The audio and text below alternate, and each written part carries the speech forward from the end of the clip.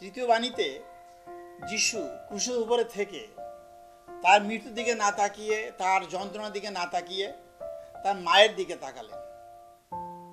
আর তিনি এই কথাটি বললেন, মাকে বললেন, মরিয়মকে বললেন, ওই দেখো তোমার পুত্র।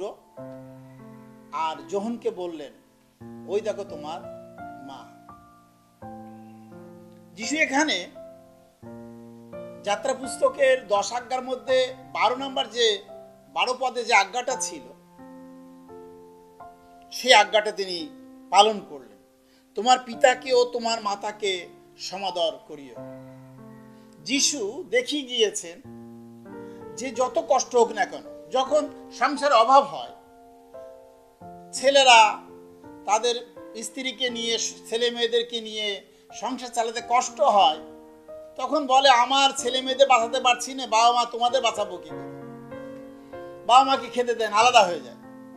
এটা কিন্তু বাইবেল বিরোধী একটা কাজ। তার ছেলে মেয়েদের বাঁচাতে পারছে, খাওয়াতে পারছে, কিন্তু বাবা মাকে খাওয়াচ্ছে না। তাহলে বাইবেলের এই কথাটা, তোমার পিতা মাতাকে সমাদর করিও, নিজের মতো আদর করো। যীশু খ্রিস্ট ক্রুশের উপরে থেকে তার মায়ের জন্য একটা পথ করে থুয়ে গেলেন, একটা জায়গা করে থুয়ে গেলেন। ক্রুশের উপরে থেকে তিনি বলছেন তার মাকে, ওই দেখো তোমার পুত্র। আর যোহনকে বলছে, যাকে ভালোবাসতেন, প্রেম করতেন, সেই যোহনকে বলছেন, ওই দেখো তোমার মাতা। এবং তখন থেকে মরিয়ম সেই যোহনের বাড়িতেই থাকতেন, সেখানেই থাকতেন, সেখানেই খাওয়া দাওয়া সবকিছু সেই যোহনই দেখতেন। মৃত্যুর আগে যীশু খ্রিস্ট তার মায়ের জন্য একটা সুন্দর ব্যবস্থা করে গেলেন।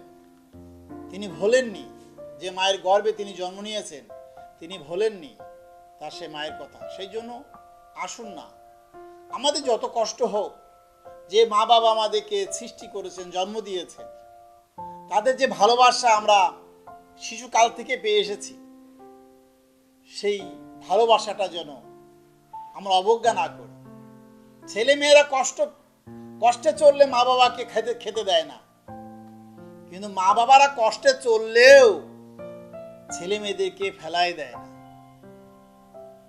ছেলে মেয়েরা কি খাচ্ছে, কি করছে, তারা সেটা খেয়াল রাখে, খোঁজ নেয়।